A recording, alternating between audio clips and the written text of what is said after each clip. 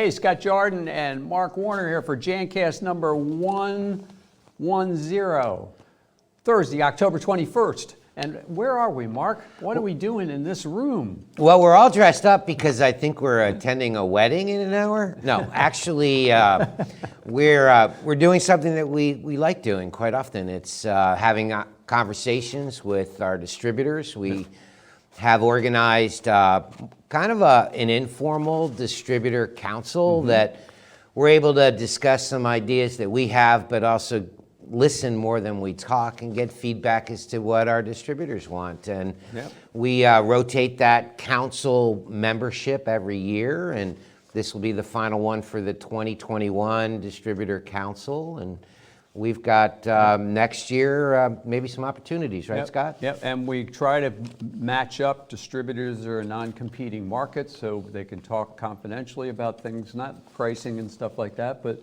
best practices. So, we don't want somebody that's like in the next territory over.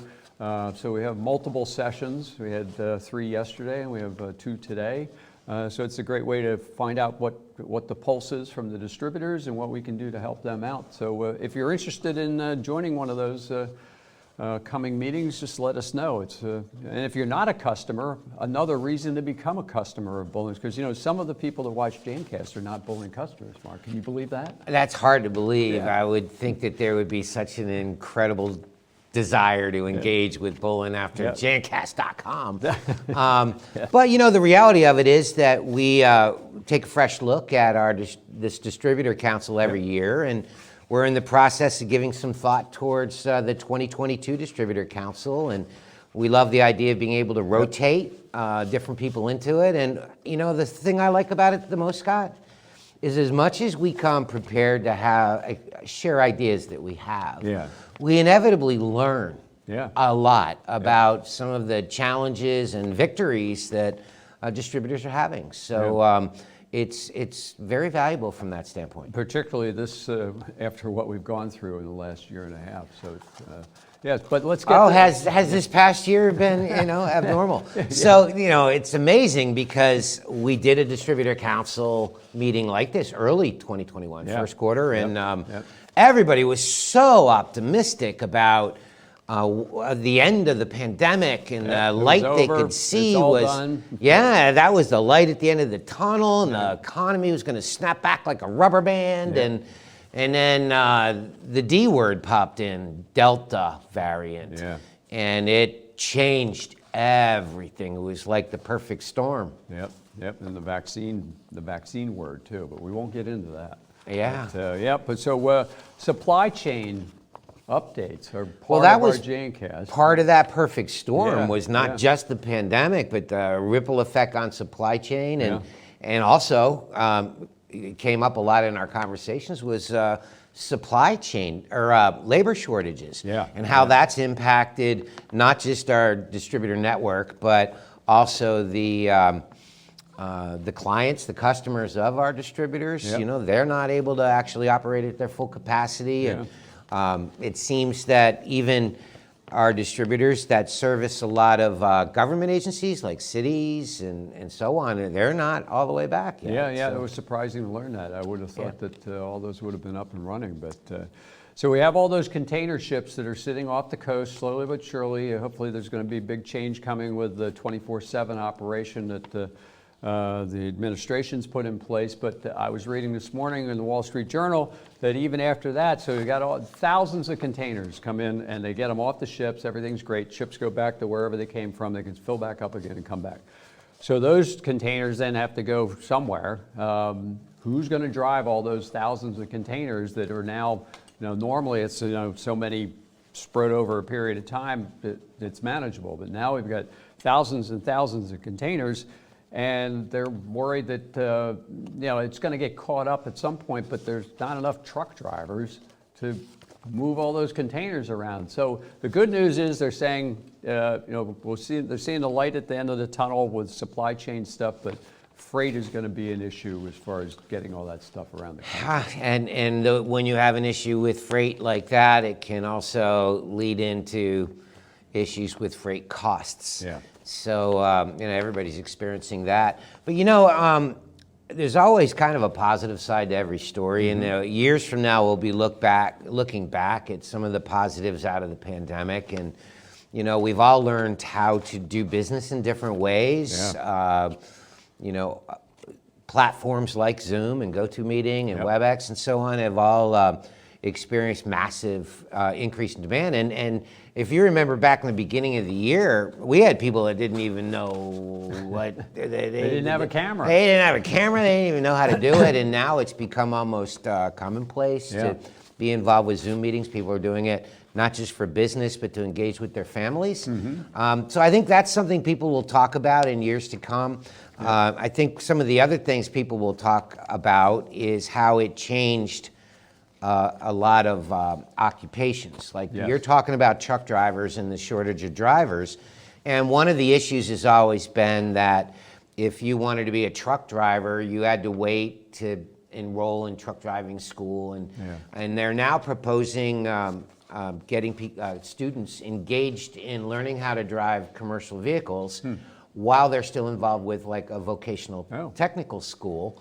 And that would lower the age, it would open up a brand new career path. And I think that's, that's one of the things I think we'll read about in years to come of changes that occurred as a result of the pandemic. And you can make a good living as a truck driver nowadays, I mean, for sure. I mean, you could probably demand almost anything you want within reason. It seems so, but of course, living on the highways the way we do know that the highways are a war zone. So, yeah.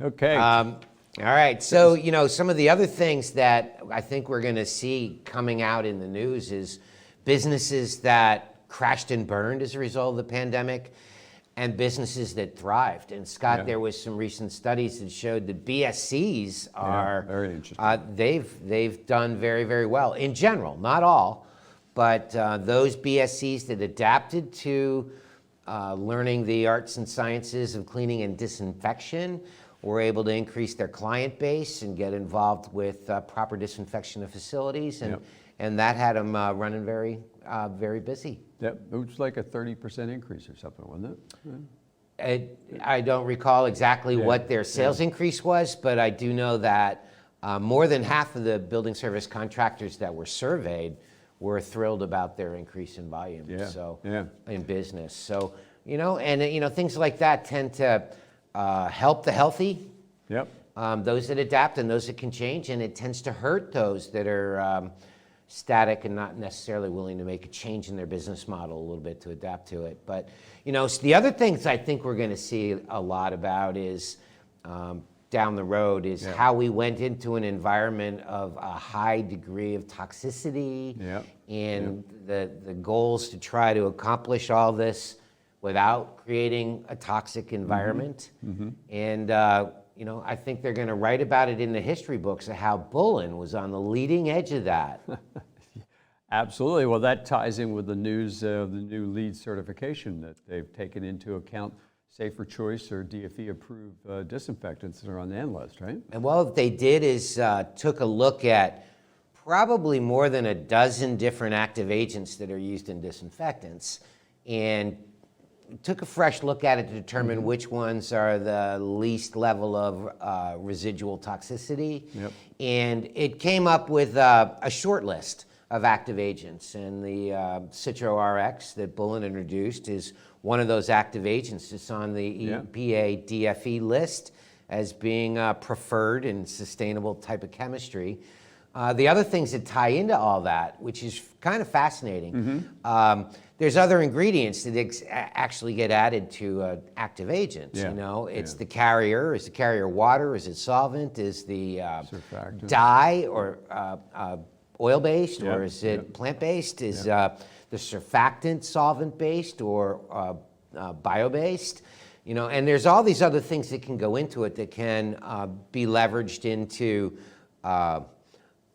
an argument as to why one is more environmentally sustainable. Well, it's a very thorough process. We just got done our Safer Choice DFE audit, and they scrutinized the perfumes and everything, and so, something that was approved 2 or 3 years ago ends up, when they do the audit, they say, oh, that perfume's no longer on the list. And it's like, geez, it was only like 2 years ago put on there. So we have to, there's factors that create change like that. And then you're also expected, when you're manufacturing safer choice products, part of the things that I just signed off on this morning is contractually, we have to try to innovate with new ingredients. Now, disinfectants is a little harder, but something like a carpet cleaner, which our eClean carpet cleaner is DFE Safer Choice approved, that one, we have to continually improve upon it. So every 3 years we get audited and we have to say, well, okay, what did you do to the formula to make it better for the environment?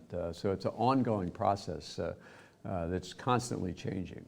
And I like that direction of the industry. Yeah. You and I have been around long enough in the industry to remember times when we were bringing into buildings maybe products that had 1,1,1 trichlor in it as an active solvent. Yeah, and yeah. that was not carpet cleaning. Yeah, I mean, that wasn't item. uncommon. And now it's, you wouldn't find it anywhere. So the industry has evolved. And, there were way back, Scott, multiple decades ago, products or ingredients like formaldehyde were put into like urinal screens and odor cabinets. Airplanes, they had it in the portable toilet, the toilet things, how's formaldehyde work? Well, it stings the olfactory nerves in the nose, so you can't smell anything. Stings is a nice word. I think it kills them. It destroys them, and the next time you go to fill up with gas, you're like, wow, this fuel is really unusual. It has no odor to it. And how about all these flowers? They're blooming, but they have no scent to it. The great dinner you're eating, it's like, wow, this steak doesn't taste like anything. No, it tastes like chicken.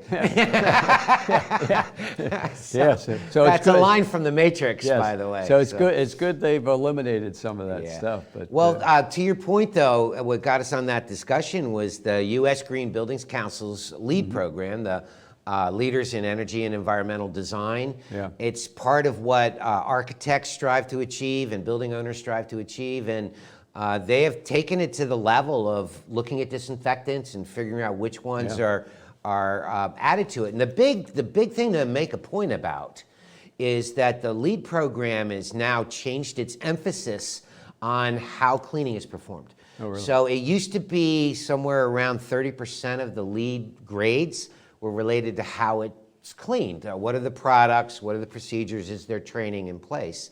And that's being amped up to closer to 40%. Okay. So that means that what we do in a day in, day out on an established building, if we're doing the right things with the right products and we can document our training, we can comply with almost 40% of the points required for LEED. That's pretty cool. I think that's like really neat. And the fact that a lot of companies try to stay on top of that stuff, I think that sets the stage for what the future might look like a little bit.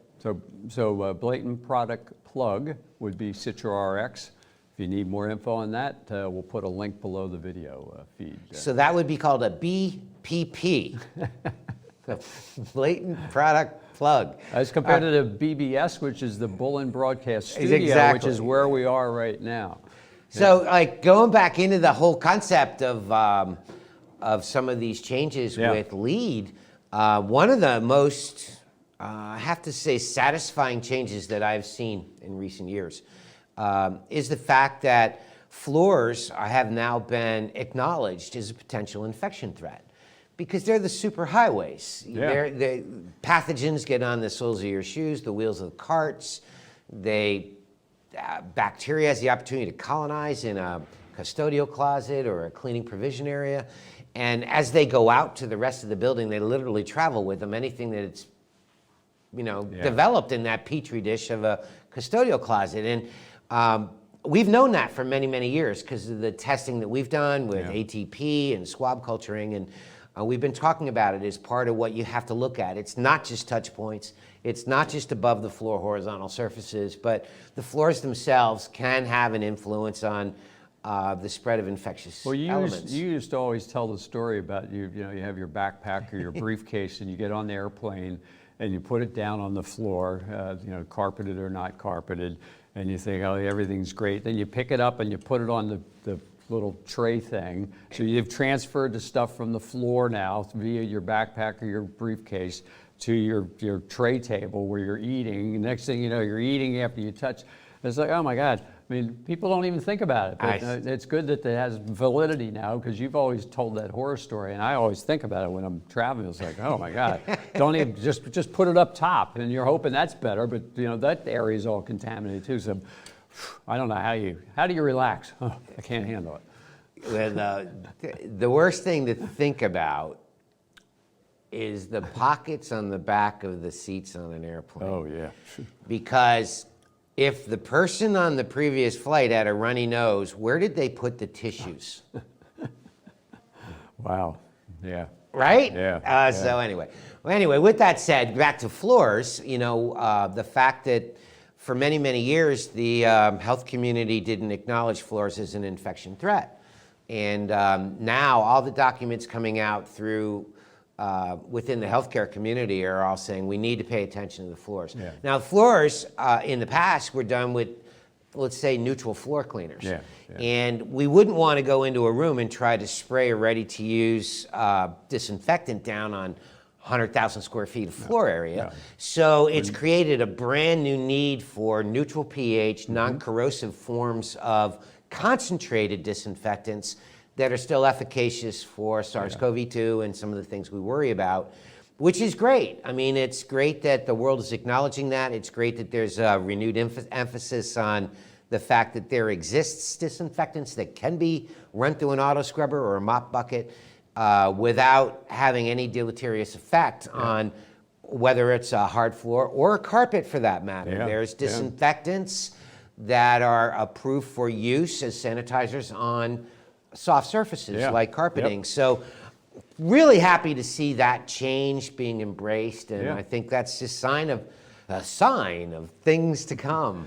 Well, that's all we got, all we have time for today, because we have another virtual Distributor Council meeting coming up in about 10 minutes.